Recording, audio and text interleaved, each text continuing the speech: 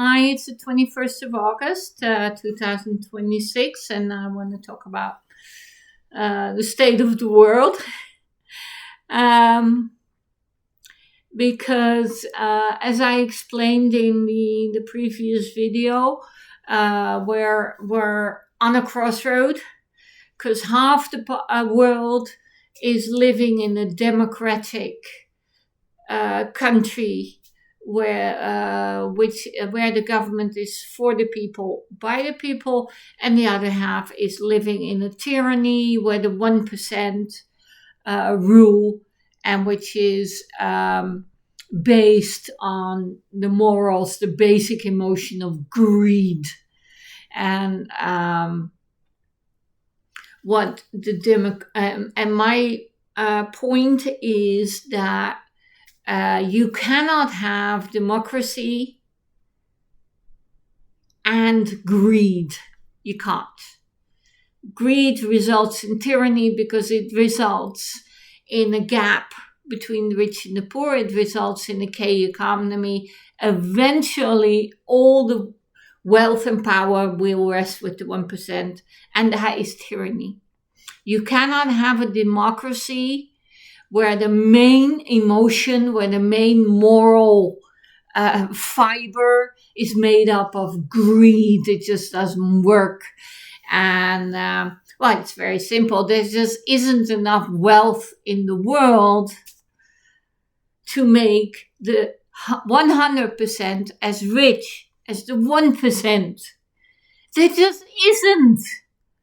There are not enough trees, there are not enough gold, there's not enough water, there's not enough agricultural land. There's just not enough on this earth to satisfy everybody's greed.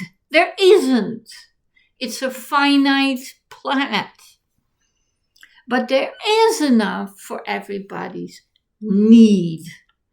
And there is enough for everybody to live the lifestyle we have in Europe. Well, a bit less, and a bit less fossil fuels and stuff like that. We do have to temper down a bit in Europe. We have to reduce our footprint. But to have our basic needs met, there's enough in the world for everybody. So everybody could live in a democracy and they could have all their needs met, but right now they don't, because there's 1% who has everything and 99 who have nothing, at least in the tyranny countries. And then there's the countries where it's sort of not equally divided. It could be a lot better. And then the Scandinavian countries where it's actually the best. As we have right now, and that should be the Northwestern Europe should be the example for the whole world. But Northwestern Europe will have to reduce its footprint because we need to switch to renewable energy, and we need to stop buying stuff we don't need. Yeah. Because we're living in a consumer society where we are taught, we're told, we're convinced that buying stuff makes us happy. Some even go so far as to believe that having a lot of stuff makes you happy, and in fact all these hoarders are desperately unhappy in their very full homes. But that is consumerism, where with the help of advertising you're convincing people to buy stuff they don't need with money they don't have.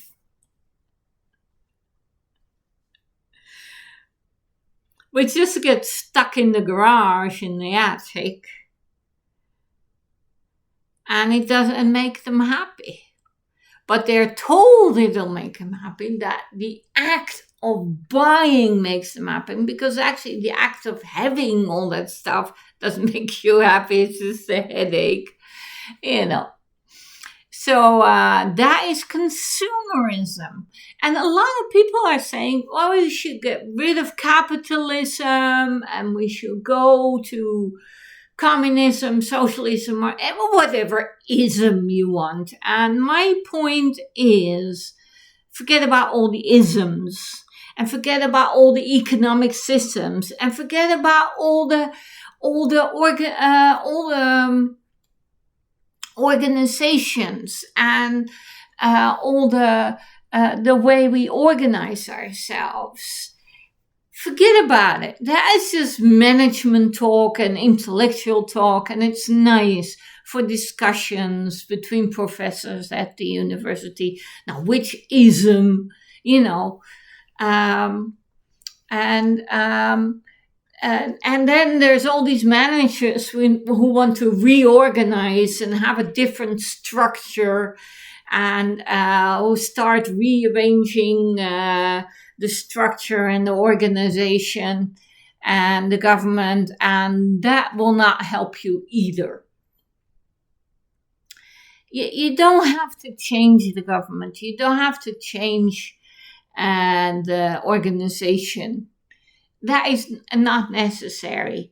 You just have to use it. You can leave all the existing structures.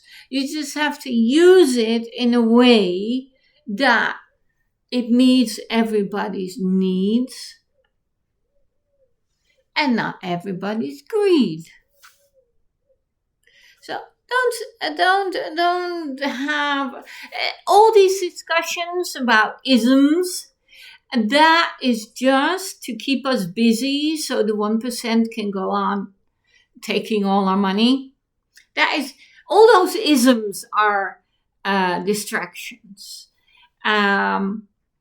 The basic choice is between need and greed, and we don't need to reorganize. We don't even need other people in power.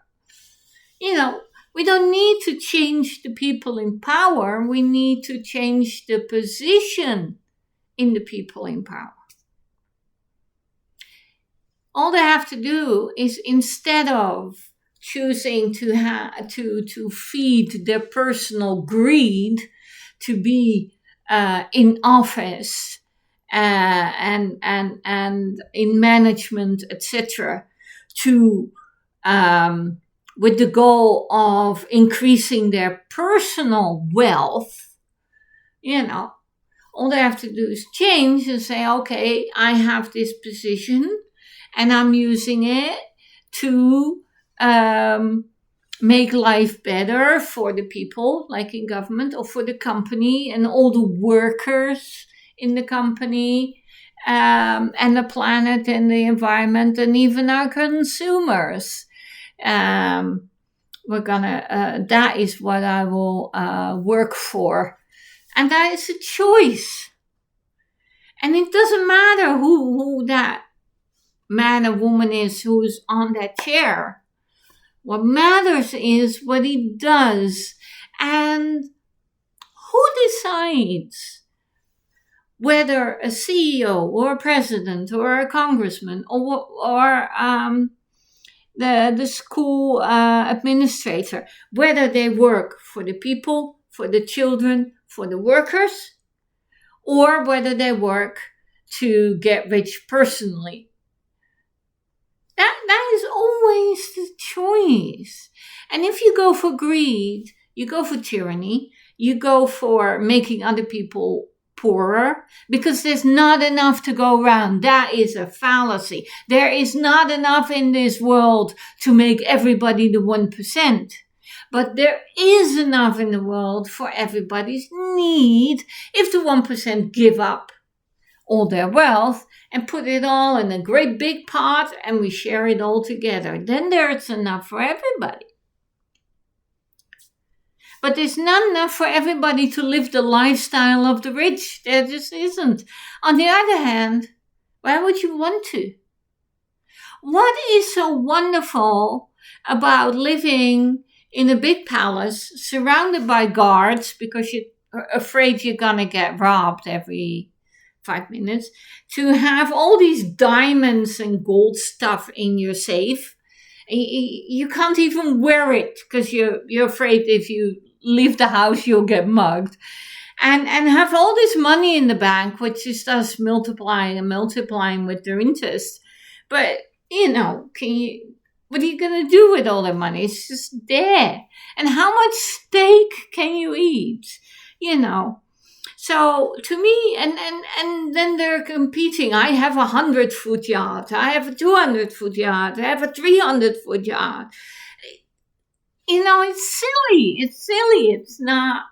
It's not adult human beings who are interacting with other human beings, who are having love and friendship and family and children, and who contribute to the community.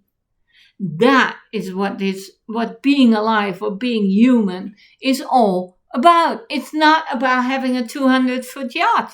It just isn't. And and all those 1%, to me, they're just Dagobert Duck, swimming in his gold coins in his safe and being extremely unhappy and lonely. And then Donald Duck comes and he has his nephews and he has his girlfriend and he's living a life, And poor Dagobert Duck, he is so unhappy. And he doesn't know what to do with himself. So, yeah. And you can say the 1% is Scrooge. You can say the 1% is are zero fuckers because they give zero fuck about anybody else. But they're missing out on what it means to be alive, what it means to be human, what it means to be here on this wonderful planet. It's about love. It's about friendship. It's about sharing a meal with friends. It's about contributing to your community. It's about learning and sharing. That is what makes people happy. That is what life is about. It's not about having 100 million, 100 billion, 1 trillion, more. That's not what life is about. And I totally pity rich people because they're very much afraid and they're very lonely. Look at Musk, who has to pay women to have his children and they don't even want to have sex with them. Ooh, why do you think he wants to go to Mars? Because on this planet, everybody hates him. Poor Dagobert Duck. Let's liberate him from his vault.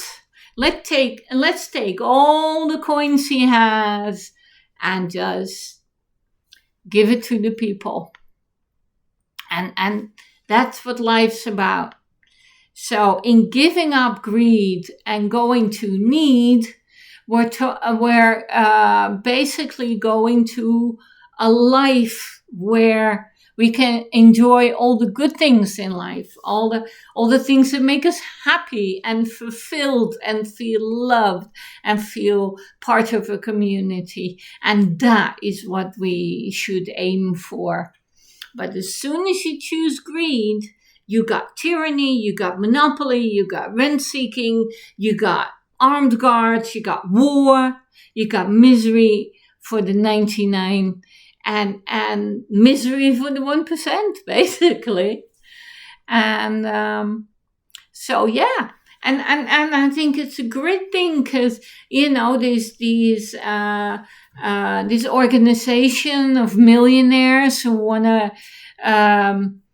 to do good for the planet and want to get rid of greed and choose for need, and the rich people who've made the pledge and all those people. So there are a lot of rich people, a lot of 1% of the 1% who know this, who know that what life is about is love and friendship and family and community. That's what life's about. And they want to, and they have committed themselves in making that happen.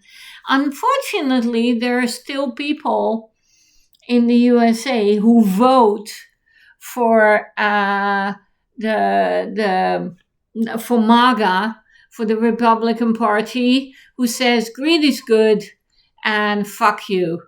And as long as they've 75 million adult Americans voted for Trump, voted for MAGA, and they still support him. So as long as 75 million people choose greed over need, there's not going to be any change. So here's our solution. Vote for need. Vote for a welfare state. Vote for the people who want to invest in the country, in the people who want to invest in a better future for our children, and who are not in this position for personal wealth, but to serve the community. There are a lot of people out there. There are a lot of good people out there. But every voter, every individual has to make the choice. Do I go for greed or do I go for need? That is the basic choice. And out of that choice, that basic choice, follows a road to dystopia and misery, or a road to utopia and a wonderful world. And I grew up in the Netherlands in the 70s, and that was just, and I've always lived in the Netherlands. And I cannot tell you how wonderful it is to know from the cradle to the grave that all your needs will be taken care of, that you can go to university, that you can serve the community, and also develop yourself, your own skills, your own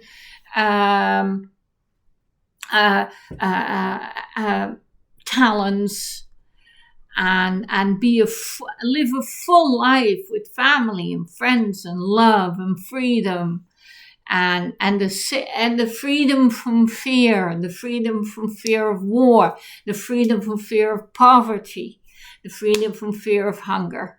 And you just know that you will be taken care of if you get old, if you get sick, and you're young. And I cannot stress to the world that I think the whole world deserves to live like that. The whole world deserves to live this wonderful life that I have had. And I just wish, that all of you will vote for the political parties which say, we're going for need, we're going for democracy, we're going for a welfare state, and we're going to take care of everybody.